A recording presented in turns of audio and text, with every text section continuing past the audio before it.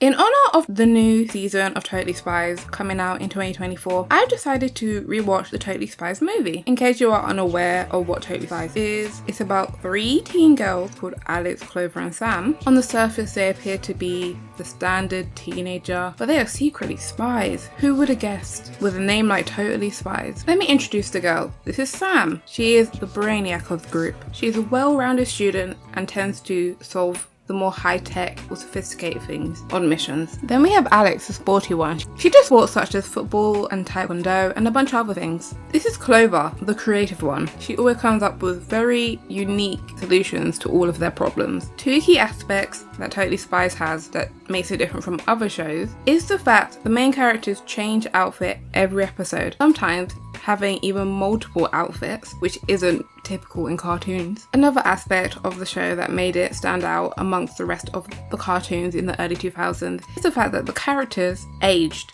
With every season, in season 1 to 4, we see them going throughout high school. And in season 5, they graduate and go to university. In season 5 and 6, we see them living their university life, being young women. And we love that for them.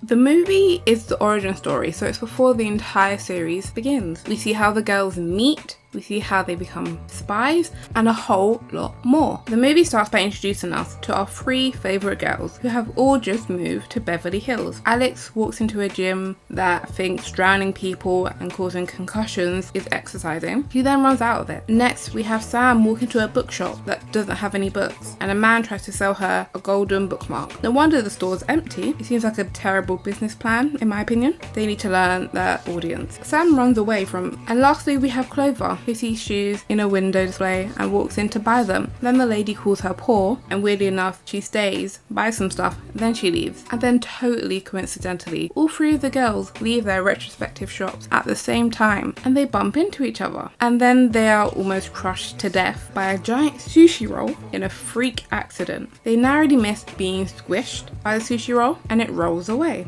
Get it? Sushi roll rolls up. Then somehow magically the roll reverses and somehow they end up on top of the runaway sushi roll, and it's also chasing a pig. The girls start to freak out because they think they're going to die in a freak sushi accident, and that sounds embarrassing. Because you know the worst thing about dying is being embarrassed. It reminds me of how in Stuart Little, Stuart's parents were crushed to death by a can of mushroom soup. Choking is not the only hazard food presents. Anyways, back to the movie. Sam notices an arch in front of them and then says if they had a long piece of rope they could stop this. Clover realizes just have a piece of rope and takes off her belt, and then Alex jumps into the air, tying it around the arch and tying it around the sushi roll. And I would like to point this out, coincidentally, Clover decided to wear the world's most stretchy belt today. When she took it off, that thing was not even a meter long. And now it looks like it's about half a mile. They swap the roll and they save the pig, and Alex calls it Oinky. Fun fact, Oinky actually appears in the TV show too, but with a different backstory. The girls introduce themselves to each other, they grab a coffee, and then they go their separate ways, never to see each other again. Next we are introduced to our favourite school, Mean Girl, Mandy, and her lackeys. I don't know their names. They do appear in the show for the first 4 seasons. Clearly they are not that notable because I can't remember their names. It's just a scene showing off Mandy's popularity. When we go back to our 3 girls, they bump into each other again in the Beverly High principal's office. Turns out they all just transferred to the same school. What a weird coincidence. I wonder how that happened. This is a totally shocking scene.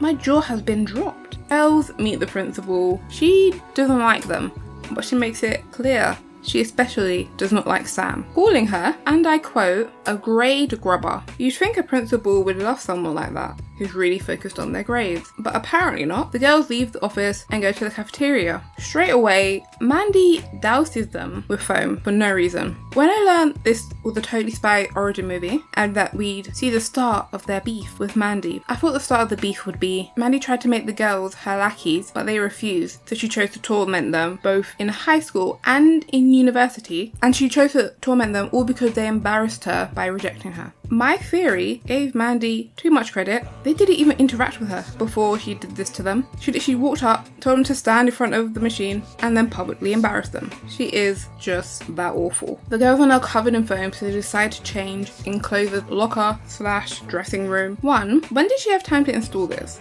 and fill it with multiple outfits? It is the first day they are there. 2. This is not in the show, so when did she remove it? She does have a change of outfits in her locker at all time in the show, but not a full changing room in there. After changing, the girls were about to leave. Then they get sucked into the lockers like in a horror movie, and they land in some weird high-tech basement looking thing. Alex concludes they have been kidnapped by aliens. I mean, she's right about the kidnapped, because she's been kidnapped by stalkers. Jerry and Tad appear and then tell them they have been secretly watching the girls since they were children because they possess the spy gene. They then show videos of them as children doing spy-like things, and then they invite them to join WHOOP, aka the World Organization of Human Protection. This is not creepy whatsoever. Going back to the spy gene thing, they do mention in the show several times, and all the girls apparently get it from their mother's side. We know this because there was a Totally Spy episode where the mothers find out about them being spies, and then the mothers eventually have to become spies to save their daughters. Spoilers, I guess. The show has been out for over a decade. You had time. The girls reject the offer from the stalkers, men who have just been watching them, manipulating them, because it was a coincidence they all went to the same school. WHOOP organized it, and they also organized that whole sushi roll fiasco to test the girls. Meanwhile, somewhere else in Beverly Hills, people are using this weird new machine to get a makeover, and everyone's favorite mean girl, Mandy, goes into one of them. Doesn't she look so much better? Back to the girls. Sam's computer explodes. Alex's bus accidentally takes her to the desert, and Clover has all her cards declined and then gets thrown in jail, which I'm pretty sure is not a crime. If she stole the cards, yeah, but just having your cards decline is not prison worthy. I wonder what balding man in a suit caused this to happen. The girls put 2 and 2 together, call Jerry, and then Jerry comes and saves them from the kindness of his heart. And as a thanks for them being rescued from the situations he put them in, he makes the girls agree to join WHOOP. Manipulation, coercion, kidnapping, stalking. His list of crimes are just racking up. Then the girls go through the standard 48 hours training montage that action movies tend to have, that ends with them fighting a 4-armed giant robot that kind of looks like the Pokemon Spidops. They then defeat it and get given their first mission to find out what happened to the famous animal psychologist Peppy Wolfman. Not to be a complete nerd, but in this scene the girls use their compounders to change their outfits, but their compounders didn't get that ability until season 3 of the show. And I remember because they made a big deal about it. They even changed the name of the compounders to the X, but somehow they have it in their origin story. This is some misinformation Totally Spies movie. The girls sneak into Mr. Wolfman's office using Winky as a distraction. They hack into his camera and discovers he got a new haircut just before he went missing. Did this haircut look familiar to you guys? The way I said that, I sound like Dora. They find out that he went into this device called the Fabulizer. They tell Jerry and decide to go back to school using the WHOOP jet. The WHOOP jet gets chased down and shot at by another jet. Alex almost dies, but they kind of just brushed over that, so I'm not going to talk about it because apparently these girls almost dying twice in the 72 hours is apparently not that important. Then they go to class as if nothing happened. The next day the girls go to school and everyone has been fabulized. They tell Jerry this and he tells them to follow Mandy, and for some reason Jerry is undercover as their lunch lady. Don't know why. Doing what Jerry told them to do. So in the middle of the night they break into Andy's house and watch her in her sleep. WHOOP has them doing what WHOOP used to do to them. We love a full circle moment. Mandy starts sleepwalking out of her house and the girls follow. They end up at some cliff and there are hundreds of people with the same makeover and they all get sucked up by a spaceship. As the girls see this, Alex notices Oinky has been fabulized and he's about to get sucked up too. And she tries to save him and fails, and this results in all 3 of the girls being taken into the spaceship. They use their compounders to look like everyone else, and this is the last time they will apparently use it for the next 3 seasons. Then we meet our baddie. This is Fabu. He's a failed model. He's mad that he's not famous, so he gave people these makeovers so he could hypnotize and kidnap them to get them on a spaceship, and then he plans on blowing up Earth so that he can live in the little utopia of fabulized people. Perfectly sane and reasonable thing to do after you failed in your career choice. The girls get caught and get turned ugly.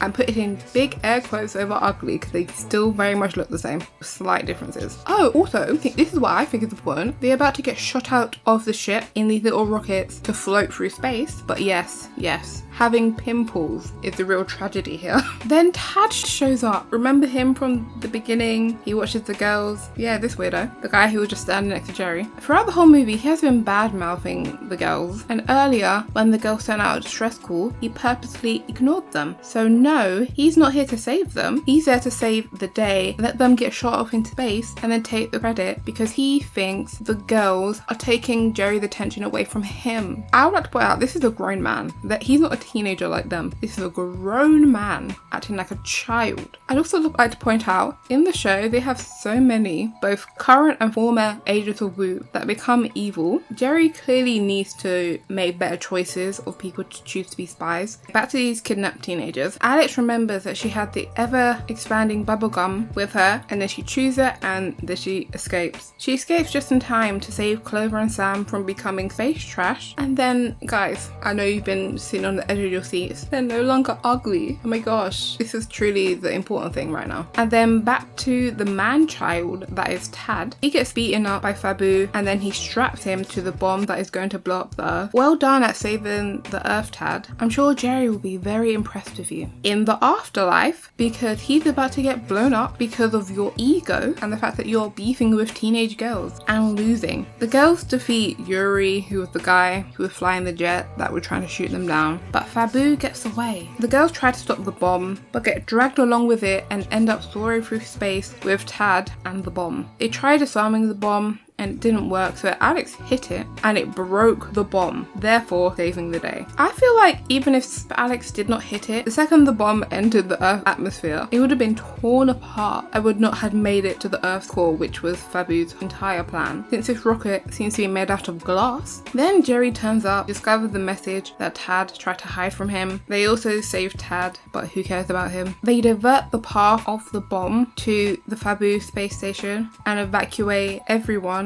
especially the most important character, Oinky. They then catch Fabu using the tornado in a can. I'm not sure if a tornado would have worked in space, but who needs realism here? Then they all return to Earth and WHOOP erases everyone's memories. That's not the only good part of the ending here. WHOOP also sends Miss Gritch to an igloo somewhere, and Clover gives Mandy a foam grenade. Going back to Fabu, okay, he escaped, but the WHOOP girls had got to his little paradise and the Earth was about to be destroyed.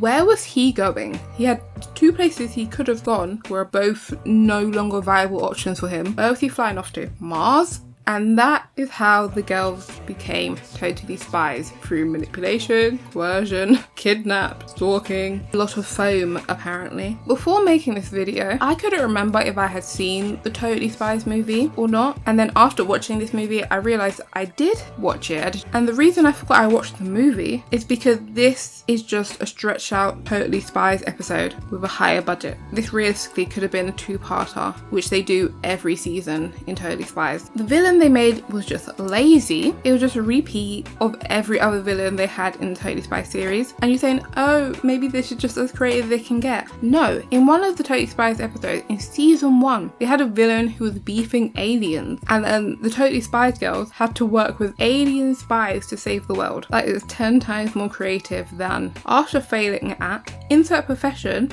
they try and make a utopia of people they approve of, and or they try to destroy the Earth. That is essentially every Totally Spies villain. Even give examples. In the episode I Dude, a failed surfer tried to destroy parts of the Earth so he can surf everywhere. In the episode Child's Play, a failed toy maker tried to hypnotise the world so people would buy his toys. In the episode Creepy Crawly Much, a failed exterminator tried to make the world a bug utopia. In the episode Evil Sorority, a failed sorority girl hypnotised people into joining her sorority and then went around destroying all the other sororities. They always either hypnotise people and kidnap them or destroy the world, and they just combined it in the movie. In fact, this entire movie is a recycled plot line of the character Hayes, whose Spies first tries to make an airline of celebrities and kidnap them and make them just go around the earth forever with him. This is no different. And I don't think I'm being overly critical here. When compared to other movies that have been based on TV shows such as the Sweet Life movie, the Lizzie McGuire movie, the Hannah Montana the movie, they all did more with the budget they were given.